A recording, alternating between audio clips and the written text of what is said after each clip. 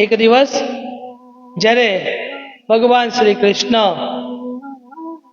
સવારે ઊંઘમાંથી ઉઠે છે અને જોઈ છે કે મૈયા યશોદા કોઈ પૂજાની તૈયારી કરી રહ્યા હતા, બધી વસ્તુ ભેગી કરી રહ્યા હતા. જ્યારે બાળકૃષ્ણ ઘરમાંથી બહાર નીકળે છે ત્યારે જોઈ છે કે આખું ગામ કોઈ પૂજાની તૈયારી કરે છે. એટલે બાળકૃષ્ણ મૈયાને જઈને પૂછે છે કે મૈયા, આજે આપણે કઈ પૂજા કરવાના છે, કોની પૂજા કરવાના છે અને પૂજા શા માટે કરવાના છે? મા યશોદા કહે છે કે લાલા, આજે આપણે ઇન્દ્રદેવની પૂજા કરવાની છે, કારણ કે ઇન્દ્રદેવ જ્યારે આપણને વરસાદ આપે છે એના કારણે આપણું જીવન ચાલે છે. આપણી ગાયોને ઘાસ ખાવા મળે છે, આપણને ફળ ફૂલ શાકભાજી દરેક વસ્તુ ઇન્દ્રદેવની કૃપાથી મળે છે. એટલે જ આજે આપણે ઇન્દ્રદેવની પૂજા કરીશું લાલા. ત્યારે ભગવાન શ્રી કૃષ્ણ દરેક વ્યક્તિને કહે છે કે આપણે ઇન્દ્રદેવની પૂજા શા માટે કરવાની? ઇન્દ્રદેવનું તો કામ છે વરસાદ આપવાનું, એમનું તો એ કર્તવ્ય છે. તો શા માટે આપણે એમની પૂજા કરવી?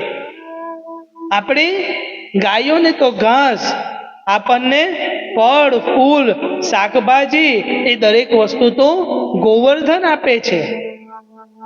તો આપણે તો પૂજા ગોવર્ધનની કરવી જોઈએ, નહીં કે ઇન્દ્રદેવની. આ વાત લાલાની આ વાત સાંભળીને દરેક ગામના વ્યક્તિને થાય છે કે લાલા કહે તો સાચું છે કે આપણને દરેક વસ્તુ એ તો ગોવર્ધનની કૃપાથી મળે છે, તો આપણે ગોવર્ધનની પૂજા કરવી જોઈએ. લાલાની વાત માનીને ગામના દરેક વ્યક્તિ એ દિવસે ગોવર્ધનની પૂજા કરવા લાગે છે. જ્યારે આ વાત ઇન્દ્રદેવને મળે છે ત્યારે ઇન્દ્રદેવને ક્રોધ આવે છે કે આ ગામના લોકો મારી પૂજા છોડીને એક પર્વતની પૂજા કરે છે. અને ક્રોધના કારણે ઇન્દ્રદેવ આદેશ કરે છે કે આ ગામની ઉપર એટલો મુસળાધાર વરસાદ કરો કે આ ગામ સંપૂર્ણ રીતે એ ગામનો વિનાશ થઈ જાય. ઇન્દ્રદેવ અતિ ભયંકર વરસાદ ગામની અંદર કરે છે અને વરસાદના કારણે આખું ગામ ત્રાહિમામ થઈ જાય છે. ગામના દરેક વ્યક્તિ કહે છે કે આપણે કૃષ્ણની વાત માનીને ઇન્દ્રદેવની પૂજા ન કરી અને ગોવર્ધનની પૂજા કરી, એના કારણે ઇન્દ્રદેવ ક્રોધિત થયા છે અને આપણને સજા આપી રહ્યા છે. એટલે કૃષ્ણને કહો કે એને ભગવાન ઇન્દ્ર પાસે માફી માંગે. ત્યારે ભગવાન શ્રી કૃષ્ણ કહે છે કે ઇન્દ્રદેવ પાસે આપણે ભૂલની ક્ષમા માંગવાની કઈ જરૂર નથી. આપણે જેની પૂજા કરી છે ને, જે ગોવર્ધનની આપણે પૂજા કરી છે, એ જ ગોવર્ધન આપણી રક્ષા કરશે.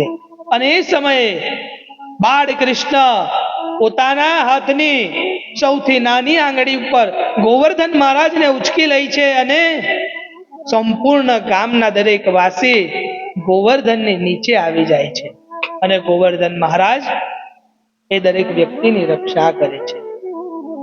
કેટલો સમય નીકળી જાય છે. ઇન્દ્રને થયું કે હવે તો ગામના લોકોનો વિનાશ થઈ ગયો હશે, પણ જ્યારે ઇન્દ્ર જોઈ છે ત્યારે દરેક ગામના લોકો સુરક્ષિત હતા. પછી ઇન્દ્રને થાય છે કે આની રક્ષા કોણ કરે છે? અને જ્યારે ઇન્દ્ર પ્રભુ શ્રી કૃષ્ણને જોઈ છે ત્યારે એને પોતાની ભૂલ સમજમાં આવે છે કે આ કોઈ સામાન્ય બાળક નથી, આ સાક્ષાત હરિશ્રી નારાયણ છે. ને એ સમયે ભગવાને ઇન્દ્રદેવ જ્યારે પ્રભુ શ્રી કૃષ્ણની સામે આવીને ક્ષમા માંગે છે ત્યારે ઇન્દ્રદેવ ની ભૂલનો ભગવાન શ્રી કૃષ્ણ ક્ષમા કરે છે. કારણ કે ભગવાન કહે છે કે ઇન્દ્રદેવ, આ ગોવર્ધન લીલા ફક્ત મેં તમારા અહંકારને તોડવા માટે કરી છે.